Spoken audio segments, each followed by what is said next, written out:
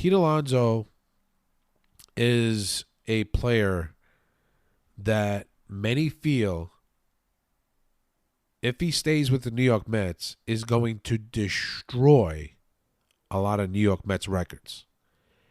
I want that for Pete Alonso. But I understand being in his last arbitration year, and I think he got, I don't know, $22 million, I think, for 2024 in arbitration.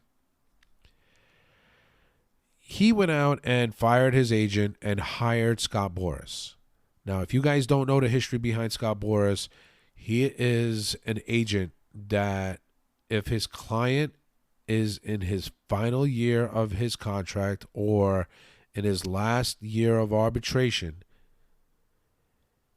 if his client is a superstar like Pete Alonso is, and I put him down as a superstar. The guy hits 40-plus home runs every year, 125-plus RBIs every year.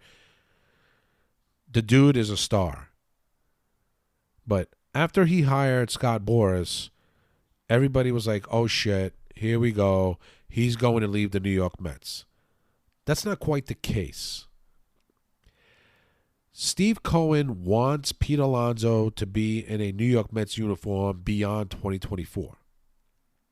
But Steve Cohen understands that if he extends Pete Alonso prior to his 2024 season, that he could possibly outbid himself in these negotiations.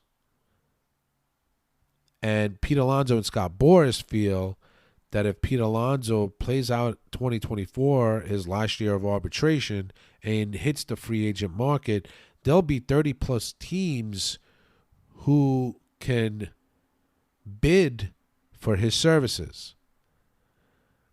And why not allow, I'm talking about Steve Cohen now, why would Steve Cohen offer him an extension at, say, $35 million a year for the next, 7, 8, 9, 10 years, when on the open market,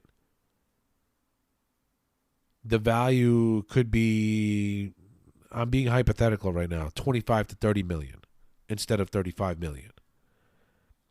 He would have paid Pete Alonso $5 to $10 million more than what his market value is. Does that make sense? So the Mets are looking out for themselves. Pete Alonso is looking out for himself. But in the end, the 30-plus teams or whatever teams that are going to bid for Pete Alonso's services are going to set the market for Pete Alonso. Whether that's $25 million a year, $30 million a year, that remains to be seen. But if the Mets were to offer $35 million a year to Pete Alonso right now and he signs on the dotted line, when the market value on the free agent market probably would have been $25, $30 million, he'd be overpaying for Pete Alonso's services. So this is why this cat and mouse game between the two sides, or it appears to be a cat and mouse game, but pretty much both sides realize that the best case scenario here is for Pete Alonso to hit the open market and allow the other teams to set the market for Pete Alonso and not the New York Mets. Because